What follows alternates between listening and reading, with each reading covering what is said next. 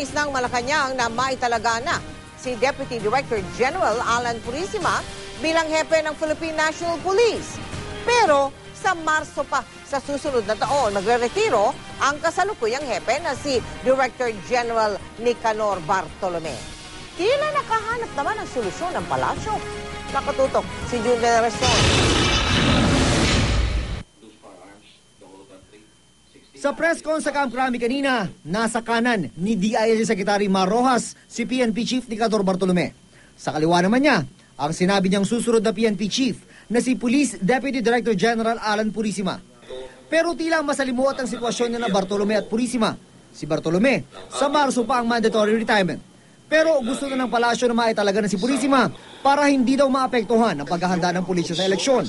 Usually there is a period of adjustment pa, pero sa ginagawa natin ngayon, magiging maikli ito dahil malinaw na yung succession at yung pagto-turnover ay nakaset up. Para makaupo si Purisima, kailangan mag-resign o mag-early retirement si Bartolome. Pero di niya makukuha ang kanyang full retirement benefits.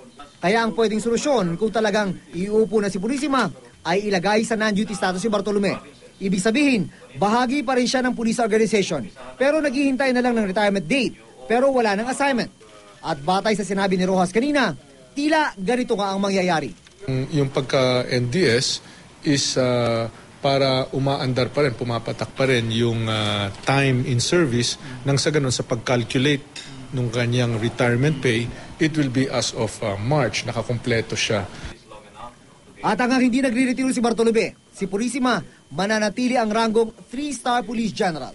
By law, isa lang ang dapat na 4-star General. Ibig sabihin, hindi pwedeng maging dalawa. Kaya kung hanggat hindi magre-retire si Chief PNP Bartolome, siyang he will hold the rank of ng 4-star General natin. At walang ibang opisyal na mapopromote. Pagretiro ni Bartolome sa March 16, meron pa ang palasyo ng hanggang March 28 sa susunod na taon para i-promote si Purisima bilang isang 4-star general. Sa ilalim ng Omnibus Election Code kasi, hindi na pwedeng mag-promote, magtalaga at magtaas ng sahod ng mga taga-gobyerno 45 araw bago ang eleksyon. Sa kabila nito, patuloy pa rin daw si Bartolome sa kanyang trabaho bilang PNP Chief. Si Bartolome pa rin daw ang pumipirma ng mga opisyal ng dokumento at transaksyon para sa pambansang pulisya.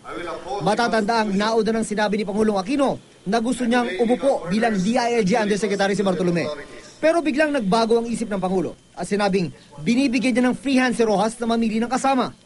Pero sabi ni Rojas, mismong si Bartolome ang nakiusap na huwag na siyang ikonsidera bilang DILG Undersecretary. Nag-usap kami ni General Bartolome, yung huling nasabi niya sa akin is he has to undergo 2 operations sa kanyang tuhod. Talagang bugbog na yung kanyang tuhod at kailangan na operahan.